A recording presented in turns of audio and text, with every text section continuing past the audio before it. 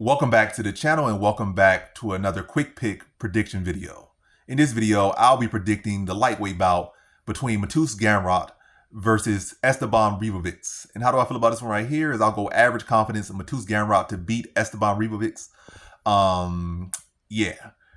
Ribovics is a solid fighter, but I do go back to like the low week Roger Ball fight when he gave up like 11 takedowns. You could kind of say the Terrence McKinney fight, but I don't think McKinney even got a chance to shoot for a takedown before he got knocked out. So you can't say, oh, he defended takedowns from McKinney. Did he? Was there even a takedown attempted? Maybe if it was like maybe one or two, if barely even that. I think he knocked out McKinney in like the first minute or less than 2 minutes for sure. So I don't think it was much wrestling attempted in that fight. And I don't think really been in a fight where his wrestling was tested much since. And Gamrot is underrated as a striker. And also Gamrot does do well in these fights where it's like, I guess people trying to come for his seat. Maybe people up in the rankings, he lose these fights. Like, guys that have been around, like Hooker and he didn't lose already. He lost to Beneil Dariush. Like, he'll lose to these veterans. Like, he'll lose to Dan Hooker. Again, Dan Hooker has already been around for a long time. He's been ranked up in the top 5 or top 6 at some points. Dariush has been around a long time, over 10 years in UFC. Been around top 5, top 6 at some point. Charles Oliveira been champion. Like, he'll lose to some of these veterans. But when it comes to these young guys trying to take his spot, that's, ain't really touched the top 5 or top 7 or top 15 even, he'll get up for those guys, typically. Or even a guy that's maybe around the top 6 like Fiziev, he'll get up for him. But yeah, the fights he typically loses to veterans. He's going over a guy that's definitely primarily a striker. Hasn't really shown anything else outside of striking. Taking offense, we could say it's improved, but it hasn't really fought a guy, nowhere near the level of Gamrot, nowhere near the ranking of Gamrot. Yeah, I think Gamrot, like, he's gonna be motivated, coming back off a loss. Remember, and also Gamrot, he always gets real motivated off coming off one of these losses to one of these veterans. So, Gamrot's gonna come back, trying to showcase stuff. He's gonna mix in the wrestling very well, be aggressive with it, bring that cardio, bring that chain wrestling. Underrated on his feet is per usual, like probably be a touch Ribovics much more than Ribovics going to expect on the feet. Have better success than Ribovics is expecting. And with that success on the feet, it's going to open up the takedowns.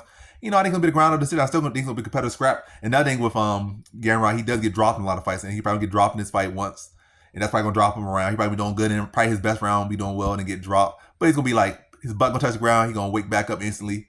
Like, in that, they even have like a little, flash knockdown. They already be on a single or be tackling a double or just be looking to clinch and just take him down and try to grind him down again or just hold him in his cage. But yeah, I think Gamrot will have great success wrestling here. It might not be like easy, like every takedown he goes, he gets, or everything is smooth. It's probably gonna be some rough patches in there. But he's gonna keep persistent, keep going for it, and he's gonna get the takedown. Then when he gets the takedowns, he's gonna start establishing control, build up some control time. I don't think it's gonna be nothing crazy. I never feel like Gamrot was like a great controller. He has great cardio, great pace. He can get scored a takedown, but it's not like a great control. So I feel like it's going to be a lot of attempts. It's going to be some decent control time, but nothing crazy. Probably like 30 seconds at most at a time, maybe 1 minute at some point, but nothing more over that. And probably go for like 20 takedowns, might score like 8, or might go for 15, might go for 7 or something. Or who knows, maybe might go for 15, go for 10. But either way, a lot of takedown attempts. Not going to score them. Going to be some rough patches, but Gamrot's going to come out there to grind, and do what he does out there.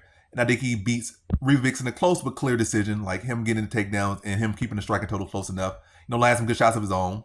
And again, the obligatory or the obligatory drop, like when he goes in with a striker, he typically gets dropped. Remember, he even goes like Arman dropped him. What's that guy? Guram dropped him. Dan Hooker dropped him. RDA dropped him. Dariush dropped him. Like, again, he gives you that obligatory drop, so he don't get dropped. I imagine this fight, if there's a live, like a prop on that, bet it. And yeah, but he gonna get motivated by that drop, get back up, continue to put the grind on Ribovics, and I think he beats him by decision here. So in this one, I got Mateusz Gamrot via decision.